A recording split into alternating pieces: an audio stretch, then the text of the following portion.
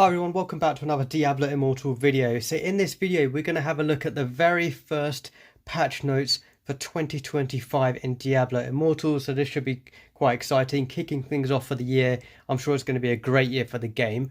Last year ended with some massive quality of life updates, Diablo being introduced, the Seeker's Path, so many improvements to the game. So yeah, it'll be interesting to see where the game goes this year. So this is saying embark on the path of the traveling blade. So I really like this theme that they've got here, the oriental sort of style. I quite like it. It's quite interesting to mix this sort of setting into Diablo with these cosmetics. Happy New Year adventure. Since our previous major update, we went claw to claw with the Lord of Terror himself, Diablo, harnessed the power of the new legendary gems and pushed yourself to hellish heights by running new challenge dungeons. This content update introduced the Season 35 Battle Pass, a new drop table modifier for legendary gems and more. That's interesting because I was waiting for a new drop table modifier as well, so I've been saving up my legendary gems, and I've decided I'm only going to use my legendary crest, sorry, not legendary gems. I'm only going to save up my legendary crest and use them when we get the modifiers. So the sort of enhanced modifiers that you can select the type of gems you want.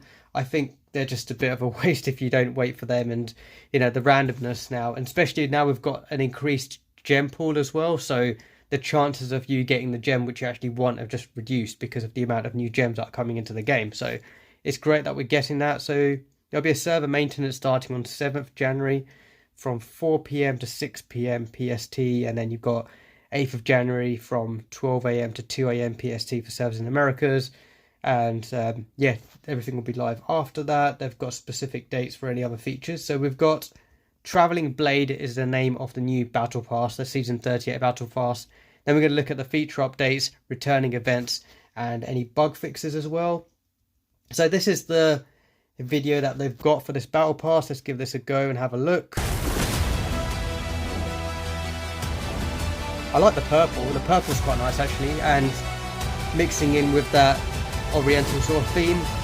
I like the hat Lord Raiden reminds me of. Colour scheme's pretty good. I quite like the look of this one actually. I think this cosmetic is much better than the previous ones that we've had. Hopefully this one will be a popular one that people do pick up and use. If it was blue, I might have used it. I do like purple actually. Purple is a colour I like, so this is a tempting one. I'm not sure how well it goes for a necromancer, sort of a necromancer sort of hidden away in eastern lands. But it's quite nice. I don't mind it. It's quite cool. What do we have here? So there's 40 ranks worth of rewards such as crest, hilts, legendary gems and more. Yeah, you get the usual type of rewards. So it's saying begin slaying demons and climbing your way through the ranks today before the great family seek retribution on February the 13th. Okay, so reactivate your Ephemeral Treasures with the Collector's Empowered Battle Pass. Cosmetics lost to time have re-emerged in a new aspect of Collector's Empowered Battle Pass. Upon activation of your Collector's Empowered Battle Pass, you can choose 2 Ephemeral Treasures you already own to reactivate, meaning they can once again be displayed proudly. Okay, that's not bad. At least people can reuse some of the older ones that they did like. Yeah, not bad.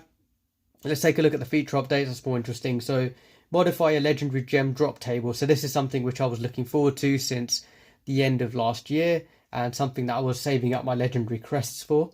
So we're cutting down on the standard drop table for legendary gems to 16 per quality to improve the drop chances for the most popular and recent legendary gems. From now on, you can select the 17th legendary gem to complete your 1, 2 and 5-star legendary gem drop tables. Additionally, the following gems will be available per quality. So the 5-star ones got Blood-Soaked Jade, Bottle Hope, Sleeping Bowl, Starfire, Roiling, Gloom, Echoing Shade, Void, Frozen Heart, Spiteful Blood, Blessing of the Worthy, Stormvault, More of the Deep, Wolf and Hilt of Many Realms. So yeah, I need Blood-Soaked Jade, I need Starfire Shard, and I need Gloom Cask. So they're the 3 that I really need to rank up at least one more time, and then probably try and slow down if I can. 2-star ones, so yeah, there's quite a few of the 2-star ones, the popular ones that we're used to using there. And obviously you don't get Morn Skull here anymore, and hopefully you did end up getting Morn Skull towards the end of last year. If not, it's a lot more expensive to rank up Morn Skull and actually get hold of it. And then you got the 1-star gems there as well that you can pick. So yeah, that's pretty cool, and something which I was waiting for anyway. So I'll be doing a crest video and sort of blast through the crests that I have got when we do get that drop table kick in. The next is challenge dungeons. Challenge dungeons are receiving a handful of changes to strengthen up their gameplay loop. So this is really cool. I'm glad they're actually focusing on improving the challenge dungeons now that they have introduced them, taking on feedback, having a look at any issues and bugs and sort of any modifiers that are a bit too annoying or anything. So we've got sacrificial power, reduced life cost from 10% to 8%. Conjurer, reduced duration from 12 to 6 seconds, increased doppelganger damage, and you can no longer follow other players while inside challenge dungeons. Who does that? I guess only if you need to go on like a break or just get like a quick drink or something, but it'd be weird to follow someone in the challenge dungeons because you die really quickly. But yeah, fair enough, it's quite a good idea not to have that follow option inside the challenge dungeons. Kind of removes that challenge for that player. So yeah, that's pretty good. I hope they continue to upgrade and improve the challenge dungeons, adding new modifiers and, you know, tweaking anything they can. That's great. So then there's something about spectral allies. We've adjusted the way in which you utilize spectral allies, making them more intuitive. Okay, that's a bit vague. What does that mean? I'm guessing this is like, for example, I've got spectral mages which I use at the moment, and we've got spectral skeletons as well. I'm guessing this is what it means by spectral allies, but I don't know what it means by making them more intuitive. I don't know if it's anything to do with how they move, who they attack. Yeah, that's interesting, but yeah, I'll see if I notice a difference, but it's great that they're doing that, I guess. Elite quests can now be replayed at any time after you've completed them. Visit Tite in Westmarch to relive cinematic moments from your past. That's really cool. So I may actually do a video to have a look at those past cinematics, because the Diablo cinematics and all of the Diablo games are really cool, and a lot of them I've forgotten about. So it's a nice idea to actually relive them and sort of catch up on the story. Even things like the dungeons, because I've actually forgotten what happens in the opening scenes of the dungeons. I would actually like to relive them. So yeah, that's pretty cool. I'm happy about that update as well. So then we've got inventory stack increase. Wildfire, Tremor, Jolt, Vengeance Barrier and Ravager Stones can now be stacked up to 999. Don't even have a chance to get up to that many. Instead of 99 in inventory. Okay, Void Blood Slags can now be stacked to 9,999 instead of 999. I'm sure there's going to be a good use of those slags soon when maybe they increase the Helicry level or something like that, the rank which you can upgrade it to, but that's nice. I do like the Void Blood Slag inventory tidy up. And then we've got the returning events. So we've got Conqueror coming back. I'm going to miss the Cutthroat Basin map and the look of that. That's a bit of a shame. So this is between 10th of January to 17th of January. So that's the limited time PvP event. And it's not bad. I think I prefer Alley of Blood to Conqueror, but I'll do it just to get the event center rewards. Survivor's Bane is back, a favorite of many people's. For this event. This event is great. You get loads of loot, so if you are lacking in your ranks for your legendary gear, definitely spam Survivor's Bane and you'll be able to get loads of loot to upgrade your gear. So it's a really fun one. I'm enjoying it. I hope they make some more updates to Survivor's Bane as well, because it is a favorite. And this is between 10th of January to 17th of January.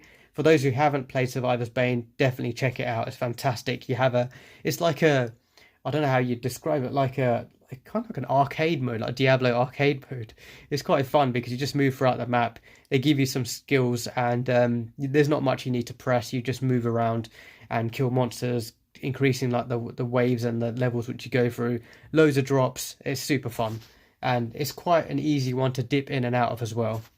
Hungry Moon is great if you actually remember to activate this when you're doing dungeons. And it's always fun when Hungry Moon comes around, so that's quite good. That's between 11th of January and 18th of January, so that's coming back. Then we've got Winds of Fortune. This is a really, really good event. I usually wait until a Monday to do this, just so I can get the double drop rate on the gems and the Battle Pass points to cap quickly. So that's really good. This is between 15th of January to 22nd of January. And Yeah, it's just really good because you get a 24-hour buff that duplicates a lot of your gameplay activities like XP and gold and gems, battle pass points, legendaries, and up to a certain point. So kind of you don't get extra. It basically speeds up the process of getting your weekly sort of rewards in those areas. So it's really good to activate this on a Monday, and then you can claim the rewards as close as you can to when the event ends to make the most out of it. So yeah, it's really really good event to look forward to. So here are the things, so, like gold experience, battle pass points, normal gems, legendary items, and items will be duplicated. And items from these activities will also drop in duplicate quantity. So all of these areas you'll get duplicate drops as well. And yeah, that's great. And then another favorite of many people's, Wild Brawl is coming back, the popular PvP battle royale in Diablo. That's from January the 17th to January the 24th. So this is something else which I'm hoping they improve on as well. They haven't made that many upgrades to Wild Brawl and haven't noticed any major updates. So it would be nice if they improve the terrain, some of the drops of the chests, maybe some of the monsters, maybe even in the future later this year adding a new map. That would be pretty cool as well. So I do hope they make updates to Wild Brawl because it is a fantastic mode. It's nicely tuned, I'd say. It works well. I don't really get any issues or crashes or anything like that in this mode. It's not too long as well. It's a really really good mode. So 17th of January to 24th, Shady Stock is back again. It's okay, that one, but you just have to remember to keep going back to that guy and then grabbing the items. It's nice to get some easy legendary gear and set items from this one. 18th of January to 25th of January is when that's going to come in. And then we have bug fixes. So for bug fixes, keep an eye on the bug fix page. It's usually Tuesdays where you would get an update to the bug fixes. Obviously the last ones are on November the 26th, and yeah, that was quite nice to get some gameplay and UI fixes there. Keep an eye on this page to find out what the bug fixes are for this round of updates. And that is it for going through the update notes for Diablo Immortal this time round. I think I'm looking forward to the drop pool for the legendary gem so I can use up my crest there. I'm looking forward to that Spectral Allies update actually, because I'm curious to see how that affects my Spectral mages, and I'm looking forward to reliving some of the cutscenes as well. So that's going to be quite cool. And yeah, this cosmetic doesn't look too bad. I like it. So I'm curious to see what it looked like on my Necromancer as well when I do equip it in game. This kicks things off for 2025 for Diablo Immortal. Hope everyone's enjoying the new year so far, and let's look forward to all of the changes in Diablo Immortal for this year. That's pretty much it for this video. Thanks a lot for watching, and I'll see you on the next one. Bye.